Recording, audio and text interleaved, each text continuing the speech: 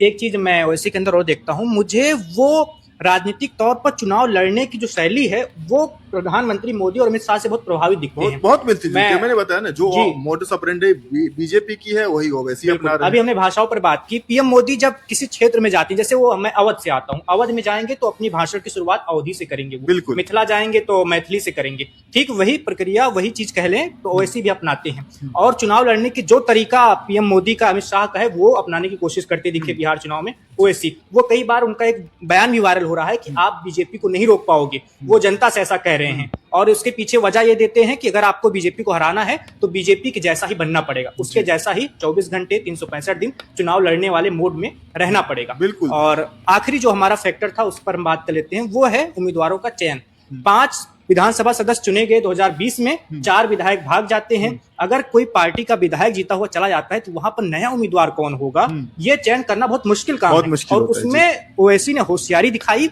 और उसी होशियारी की वजह से 5 सीटें जो गंवाई थी या 5 सीटें जो जीती थी 2020 में, उसको फिर से 2025 में भी जीत लिया, भले ही 4 विधायक चले गए। एक संदेश भी दे दिया, और एक संदेश ये दे दिया कि भाई मेरी पार्टी से वो जीते थे,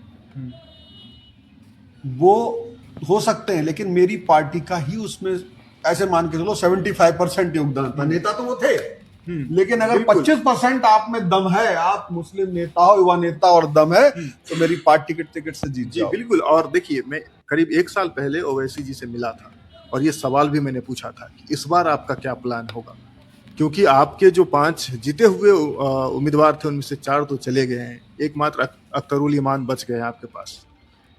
अब आप नेता कहाँ से लाएंगे?